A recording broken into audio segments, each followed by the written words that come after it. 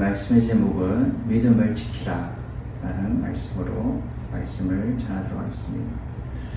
이 중세 시대에 타락한 이 기독교를 개혁한 이 루터의 이야기입니다. 이 루터는 학창 시절에 이 고학생들이 노래를 잘하면 남의 집 창문 밖에서 노래를 부르고 또 돈을 학비를 마련하곤 했죠. 그가 노래를 잘 부르니까 노래를 부르면서 돈을 받아서 학비를 마련했는 것입니다. 물론 이 노래가 너무 엉망일 경우나 창문 안에 주인의 성품이 곱지 못하면 무안을 당하고 또 빈손으로 쫓겨나기도 하고 때로는 큰 복면을 당하기도 했다는 거죠. 한편에 이 루터가 어느 부잣집 창문에서 크게 소리로 노래를 불렀습니다. 그런데 그 노래를 시작하자마자 이렇게 저처럼 체격이 큰 무섭게 생긴 사나이가 창문을 툭 열고 이렇게 바라보더니 냅다 막 부적정 뛰어오는 것입니다. 루터는 그 험상궂게 생긴 사나이가 자기의 노래 소리를 듣기 싫어서 갑자기 주먹질이라도 하려고 알고 이제 막 쫓아오는 줄 알고 이 루터는 놀라서 도망치기 시작했던 거죠. 그러나 그 사나이는 계속 끈질기게 쫓아왔던 것입니다.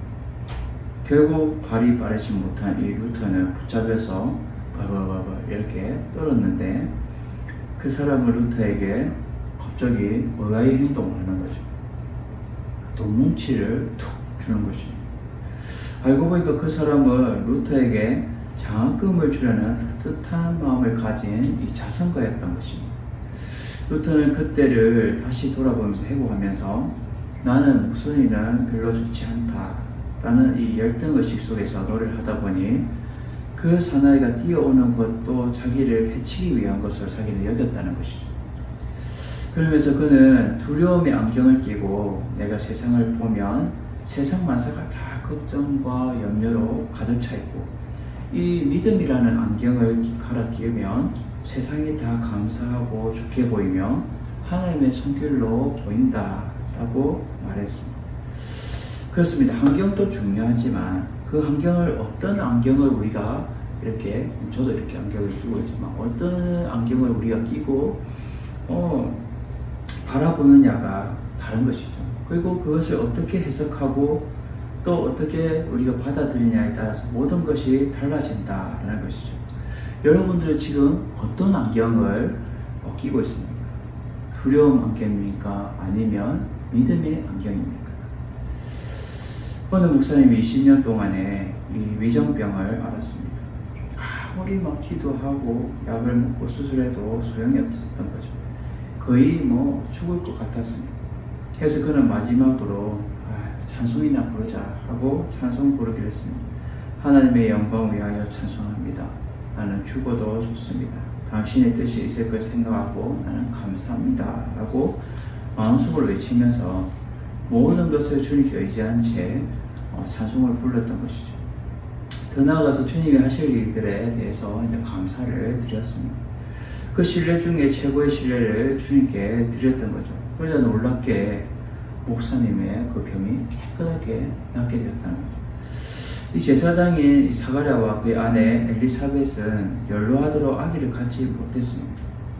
그런데 어느 날 사가랴가 성소에 들어가서 분양하는데 주의 사자가 나타나서 엘리사벳이 수태하여서 아들을 낳을 것이다 라며 아기 이름을 요한이라고 지으라고 말했죠. 그러나 사가랴가 천사의 말을 내가 믿지 못하며 내가 이걸 어떻게 알리요? 내가 늙고 아내도 늙고 나이가 많습니다 라고 하자 천사가 이렇게 대답을 했죠. 나는 하나님 앞에 섰는 가브리엘이라. 이 좋은 소식을 전하여 내게 말하라고 보내심을 입어노라. 보라, 이 일이 되는 날까지 네가 입도 못 여는 이 벙어리가 되어 너희 말을 하지 못하리니 이는 내 말을 네가 믿지 아니하면이와 때가 이르면 내 말이 이루리라 라고 말하죠. 이렇게 하여서 사가랴는 그 불신앙으로 인하여서 그 아들 요한이 태어날 때까지 말도 못하는 이 벙어리로 살아야 됐습니다. 믿음은 우리가 볼 수도 들을 수도 또 만질 수도 없으나 그 믿음이 없이는 살아갈 수가 없다는 것이죠. 믿음은 헌신을 요구하게 됩니다. 내가 하나님을 신뢰하지 않고 하나님을 믿고 있다고 말하는 것은 아무런 의미가 없다는 거죠. 하나님 저 지금 교회도 잘 출석하고요. 예배도 잘 드리고요. 저 믿음 좋은 거 아닙니까? 아무런 의미가 없다는 거죠. 주여 그러오리다 라는 소경의 대답은 절망이 아니라 신앙에서 나오는 이 부르짖으며 예수님의 인격과 능력을 믿는 그 간절한 외침이었다는 것이죠. 그 믿음을 주님께서는 기뻐하셨습니다. 입술로 믿는 하나님이 아니라 내 삶의 전체를 믿는 하나님이 되어야 된다라는 것이죠. 오늘 본문 말씀의 첫 서두에 1절에 2절에 신앙의 초보에 머무르지 말고 더 성숙한 것으로 나아가라 라고 히브리서 저자는 말하고 있습니다. 그러므로 우리가 그리스도의 도에 초보를 버리고 죽은 행실을 회개함과 하나님께 대한 신앙과 세례들과 안수와 죽은 자의 부활과 영원한 심판에 관한 교훈의 틀을 다시 닦지 말고 완전한 대로 나아갈지라 라고 말씀하듯이 그리스도인들이 신앙의 초보에 머무르지 말고 조금 더 영적으로 성장해서 나아가는 것이 하나님의 축복이다 라고 말하고 있습니다. 우리의 신앙은 어떻습니까? 아직도 초보에 머물러 있습니까? 아니면 더 영적으로 성숙되어 있습니까? 우리 자신에게서 스스로 우리는 질문을 해봐야 되는 거죠. 나는 아직 초보인가? 나는 아직 더 성숙되지 못했는가? 우리는 스스로 질문해 봐야 됩니다. 오늘 말씀을 통해서 우리에게 주는 이 세 가지를 통해서 우리의 믿음이 더욱더 굳건하게 지켜지는 여러분 되셔서 이 세상에서 승리하시기를 주님의 이름으로 축원을 드립니다. 첫째로 믿음을 가졌다가 떠나는 사람은 다시 회개가 불가능하다라는 것이죠. 오늘 본문 5절에서 6절 말씀을 제가 봉독하도록 하겠습니다. 하나님의 선한 말씀과 내세의 능력을 맛보고도 타락한 자들은 다시 새롭게 하여 회개할 수 없나니 이는 그들이 하나님의 아들을 다시 십자가에 못 박아 드러내놓고 욕되게 함이라. 아멘. 여기서 하나님의 선한 말씀과 내세의 능력을 맛보고 라고 말씀하는데 이 말은 하나님의 말씀의 귀한 가치를 그는 깨닫고 예수님의 재림과 장차 올 세계의 능력을 받아들이면서 믿음의 신앙생활을 감당했다는 것을 보여주고 있는 거죠. 근데 이들은 입으로 그리스도를 주로 고백한 믿음의 사람인데도 불구하고 타락을 하게 되었다라고 말합니다.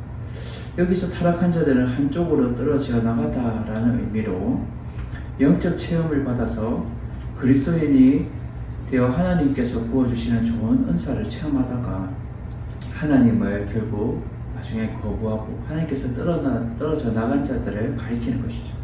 쉽게 말해서 교회 안에서 예수님을 나의 구주로 믿습니다 하고 고백하면서 신앙생활은 잘했지만 겉과 속이 달랐다는 거죠. 흔히 이런 사람들은 무늬만 그리스도인이다 라고 우리가 말을 하죠. 겉으로 사람들이 볼 때는 진짜 저 사람 본받고 싶다, 성당 그리스도인이다 라고 하면서 그렇게 하지만 너무나도 열심히 하고 주를 위해서 막 충성하고 죽는 신용까지도 하지만 속을 딱 위험한 상황이 딱 닥치면 어때요? 속을 딱 까보면 정작 그에게는 참된 믿음이 없었다는 것이죠. 하나님의 말씀을 귀로 들어서 나 알고 있어, 나 저 정도는 알고 있어 라고 했지만 그 말씀이 삶 속에서 반응하지 못하고 나타내 보여지지 않는다면 결국 어떻게 돼요? 믿음이 흔들려서 세상의 어려운 시련, 풍파에 휩쓸려 가고 만다는 거죠. 참된 믿음은 여러분 어떤 거예요? 참된 참된 믿음은 어려움이 왔을 때 어떻게 행동하고 반응하느냐에 따라서 알 수 있다는 거죠.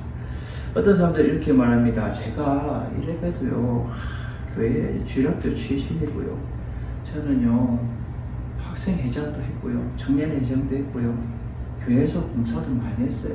저는요 주방에서도 봉사 많이 하고요, 집사, 권사, 장로 모든 거 다 했어요. 그들은 입으로는 그렇게 말을 하지만 과거가 중요한 것이 아니라 현재가 중요하다는 거예요. 현재 내가 어떻냐는 거죠. 현재 참된 믿음으로 하나님과 동행하는 삶이 아닌 하나님을 떠나 세상과 짝하고 살아가고 있는 그들은 하나님께 회개하고 돌아오기에는 너무나도 먼 길을 가버렸다는 것입니다. 예수님을 믿지 않고 초신자라면 주님께 오는 게 더 쉬울 보여집니다. 맞죠? 왜냐면 아무것도 모르니까 그냥 믿고 순종하면 되는데 어렴풋이 아는 사람들이 이게 어렵다는 거죠. 주님께 다시 돌아온다는 것은 쉽지 않을 뿐만 아니라 오히려 말씀에도 나와 있지만 그들이 도리어 어렴풋이 아는 사람이 하나님을 욕하고 예수님을 욕하고 교회를 욕하고 있다라는 사실입니다. 이러한 사람들은 극적으로 어떤 사건을 통해서 하나님을 만나지 않는 한은 결정적으로 사업이 부도라든지 자식이 힘들어졌다든지 극한 상황이 되지 않는 한은 그들이 돌아오지 않는다라는 거죠. 사랑하는 성도 여러분, 믿음이 한결같이 변함없으면 우리가 참으로 좋겠지만 우리의 환경과 상황이 그렇게 호락호락 내버려 두지 않는다는 사실입니다. 그렇지만 우리는 이러한 믿음을 말씀을 듣고 우리는 경각심을 가지고 스스로가 우리가 믿음을 지키기 위해서 애를 써야 된다는 거예요. 신앙생활은 남이 대신해 줄 수 없습니다. 우리 부모님이 목사님이어서 우리 부모님이 장모님과 집사님이어서 난 괜찮아 라는 이 안일한 믿음의 생활을 하면 안 된다는 거죠.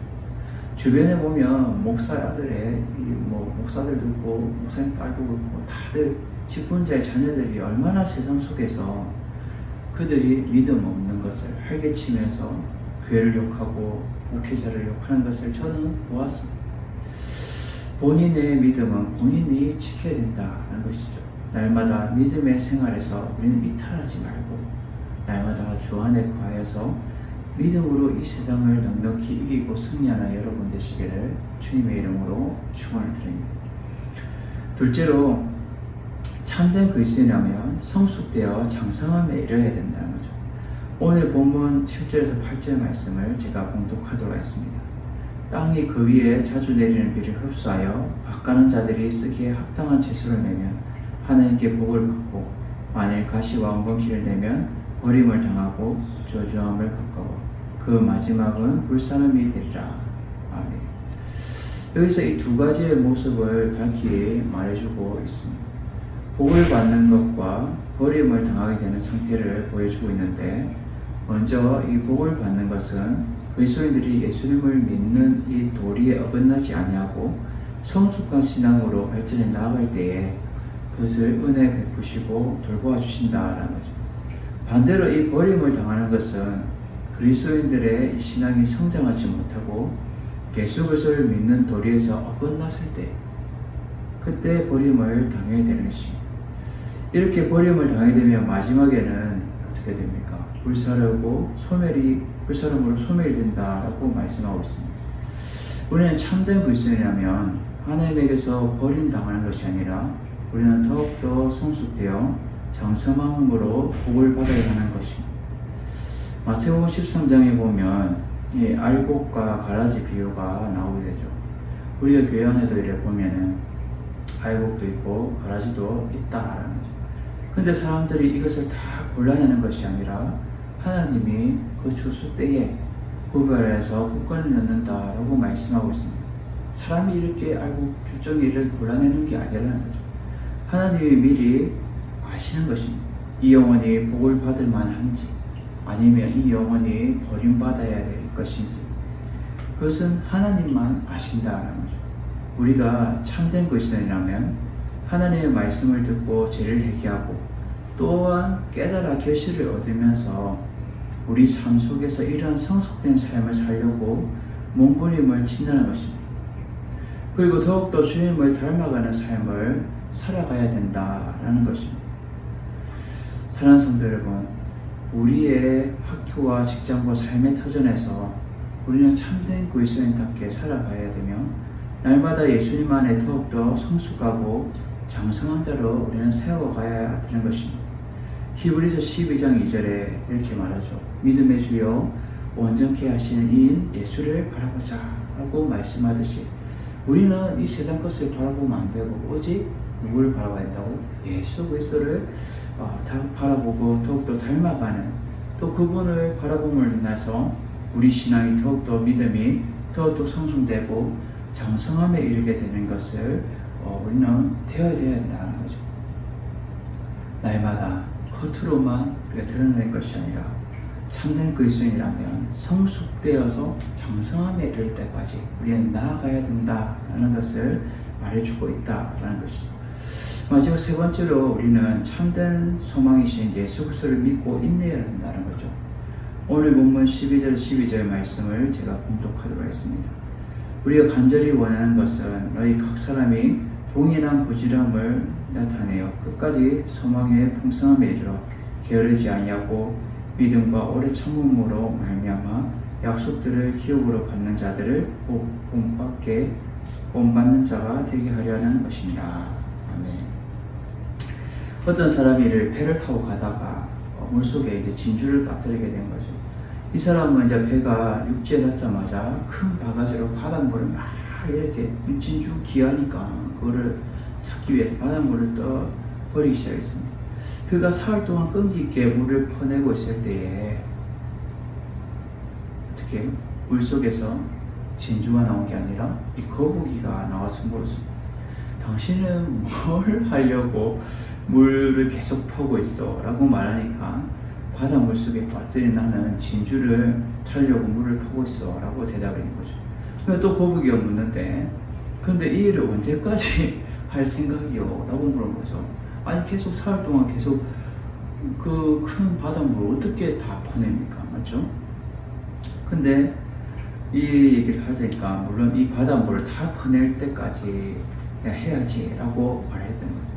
이 말을 들은 거북이는 깜짝 놀라서 이 바닷물을 다 그 진주 찰 때까지 다 퍼낸다고 하니까 급히 들어가서 그 진주를 찾아다가 그 사람에게 돌려주었지. 그 소망이 성취되는 것처럼 기쁜 일이 없는 거죠. 소원을 성취한 사람은 세상에 부른 것이 없습니다. 그러나 내가 원하는 때에 예상한 대로 계획대로 소망이 이루어지지는 않습니다. 우리에게 소망을 주신 하나님께서 하나님의 때에 하나님의 방법으로 그 소망을 이루어 주신다라는 거죠. 그러므로 우리는 요동치 않는 믿음으로 소망을 굳게 잡고 하나님께서 이루실 때까지 우리는 끝까지 인내하면서 우리가 할 것은 기도를 해야 한다는 거죠. 오늘 본문에 이렇게 말씀하고 있습니다. 우리가 간절히 원하는 것은 너희 각 사람이 동일한 부지런함을 나타내어 끝까지 소망의 풍성함에 이르러 게으르지 아니하고. 여기서 말하는 것은 하나님 앞에서 깨어 부지런하여 하나님 보시기에 부끄러움이 없는 삶, 즉 믿음에서 난 선행을 하며 하나님과 성도들을 섬기는 삶 가운데 이 예수 그리스도를 참된 소망을 붙잡고 나아가는 것을 말하고 있다는 거죠. 이렇게 살아갈 때 꼭 필요한 것이 뒤에서 말씀하고 있습니다. 믿음과 오래 참음으로 말미암아 약속들을 기업으로 받는 자들을 본받는 자가 되게 하려는 것이다. 이렇게 말하는 것은 아브라함과 같은 자들을 말하는 거죠. 하나님을 끝까지 신뢰하고 또 의지함으로 인해서 하나님께서 하신 약속을 대해서 오래 참고 기다려서 그 기업을 이어받는 자들을 말하는 것이죠. 여기서 기업으로 받는은 확실히 소유하다라는 이 의미로 하나님께서 약속하신 기업, 즉 구원을 온전히 소유하는 것을 말하고 있다는 거죠. 사랑하는 성도 여러분, 우리는 참된 예수 그리스도를 믿고 인내함으로 인해서 약속을 이어받고 구원을 온전히 우리는 소유했습니까? 아니면 아직도 여전히 그 기업을 이어받지 못하는 그러한 나약한 믿음입니까?